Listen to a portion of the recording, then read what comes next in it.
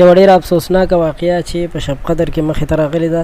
یو مامي را پاسېدلې ده او خپل د خاوند خورۍ سره تعلق جوړولو، تعلق یې ورسره لرلو، د دوی خپل منځ کې ناجایز تعلقاتو او په شپو شپو به یو بل سره یو ځای و چې دا هر څه د خپل خاوند نه پټ ساتلی و، خو اخر یې هم خپل خاوند له مخې نه لرې کو، خپل خاوند یې قتل کو، هغه یې ووژلو.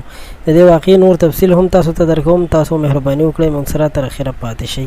قدرمنو دوستانو، ویل کېږي چې دغه هلک نوم چې ابوذر دی د خپل ماما ښځې سره تعلق او دوی په دغه تعلق کې دومره ګرم تللی دي چې یوه شپه یې د خپل ماما د قتل کولو پلان جوړ کړی دی.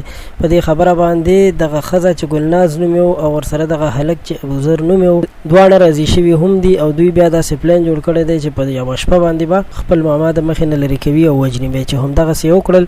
خپل ماما یې ووژلو او نشه یې ورته ورکړله، نشې نه پسې بیا هغه د نیمې شپې قتل کړی، چې بیا دوی دا ډرامه جوړه کړله چې دته هارټ اټیک شوی دی، یعنې د زړه دوره پرې راغلي. خو پولیسو چې کله تفتیش کړی دی او معلومات یې کړي دي نو د زړه دوره نه بلکې هغه وژل شوی و او په دغه قتل کې دغه افتخار چې مړ شوی و د ښځه او ورسره دغه خورایي شریک و. پولیسو ویلي دي چې دوی ته سخته سزا ورکول کېږي. نو درنو دوستانو، داسې واقعات زموږ ستاسو په معاشره کې ډېر زیات دي. اخر ولې داسې کارونه مخې ته راځي؟ دا ټوله د خپل کور د تربیت وجه ده.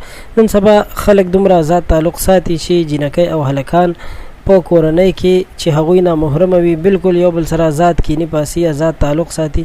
دا تعلق اخر داسې حد ته ورسي لکه د دې نتایج زموږ ستاسو د وړاندې دي. کله راپاسي خپل خپلوانو کې یو کس بل وجني، بل کس بل وجني، ځکه چې بغیرتي هیڅوک هم نشي برداشت کولی او داسې کارونه چې مخې ته راځي نو بیا په هر چا کې غیرت راوچتېږي او قتلونه کېږي. نو په کار دا ده چې اول د داسې کارونو مخنیوی وشي او خپل بچي خپل اولادونه پرې نه ښودل شي چې هغوی داسې ناروا کارونه وکړي چې د هغې انجام مرګ شي.